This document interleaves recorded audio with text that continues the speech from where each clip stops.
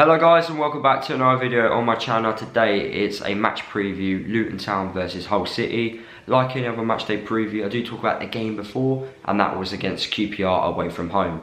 Now that first half was probably the worst performance I've seen so far this season. I didn't actually think QPR were that good as a team, especially in the second half, but the first half performance, too many players just didn't turn up, too many mistakes. And we were 3-0 down after like 25 minutes, which isn't good enough. And the goals which we conceded were so bad as well. Defensively, we should have done a lot better. Now, there's been a lot of debate about the first goal. Should Sluga have done better? For me, if it doesn't matter at what level you are playing at, if a goalkeeper gets both hands on the ball, then he should be saving it. He wasn't wrong-footed. The player was always going to shoot. Yes, the shot should have been closed down quicker, but for me, he should have saved it.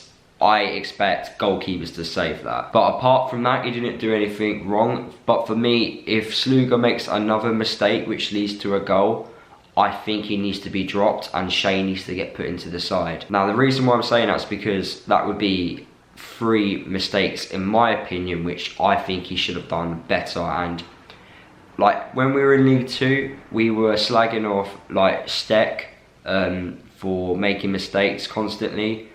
What's the difference between Steck's situation and Sluga's situation? Yes, I know that Sluga has obviously come from a different country, but you still have to do your job. You still got to perform. And being a goalkeeper in a different country, it can be challenging. But if you can't save like routine shots like that, then something needs to be done. And Shea, he's been harshly dropped. And you've got to think about it as well. Shea was #1 goalkeeper in clean sheets wise last season. He was joint Golden Glove. Now, obviously, Collins was our top goal scorer last season. Would we replace him, drop him to the bench, not give him an opportunity in the Championship for a different player? So it's quite interesting to see that Shea hasn't been given an opportunity, but he's taken his opportunities in the cup. Before I move on to Hull City, the 2 goals which QPR scored in that first half, the third one was awful. Honestly, about 5 players just stood off and did nothing.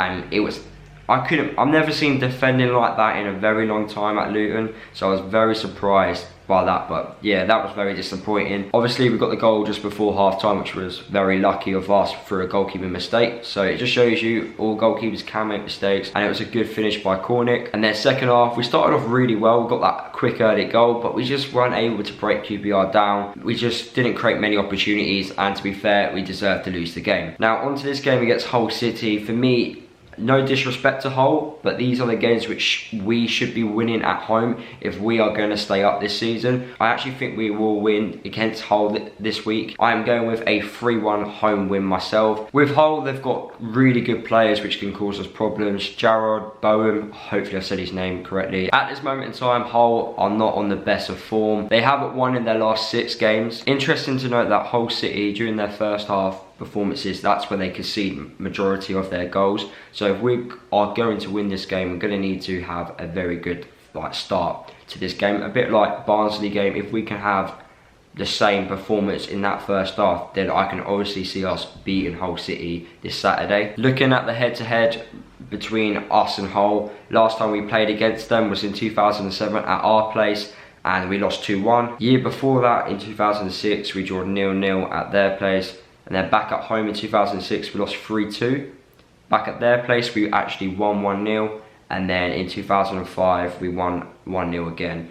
So in the last 5 head-to-head games against Hull, it has been quite even. But I do think this week we will win. I think we need to bounce back against QPR very quickly. In the Championship, we can't go on a bad run of form. Hull are on a bad run of form at this moment in time, so we need to take advantage of that. And I believe we will at home. A couple of stats for you guys as well.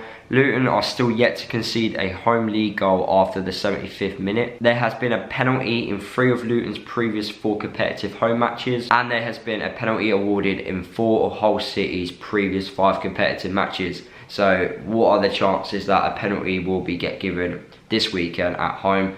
And hopefully, if it goes towards us, James Collins can score. Now my starting 11 which I would play against Hull City. Now I think the back 5 will remain the same.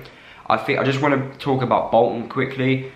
He didn't have the best of games against QPR, but I don't think many right backs would have a good game, especially if you've got 3 players attacking you. Like, I felt sorry for him in a way, because there wasn't much he could do, because as a defender you can't compete against 3 players, and they would just overlap him. Players weren't tracking back, and yeah, I felt sorry for Bolton, but I still will keep him in for this game against Hull. So yeah, the back 5 to remain the same. In the midfield, I would bring back Butterfield. I don't understand why Izzy Brown started. I know, like, you want to go for it and he deserves an opportunity to play, but I don't think Butterfield's done much wrong. And I really like Butterfield, and I know a lot of fans, a lot of people don't like him, but I actually really like Butterfield. I think he suits our style of football. But yeah, I bring Butterfield back, and then have Shinnie and Tunnicliffe in the midfield, and then in the attacking 3, Collins, Lawalawa and Cornick.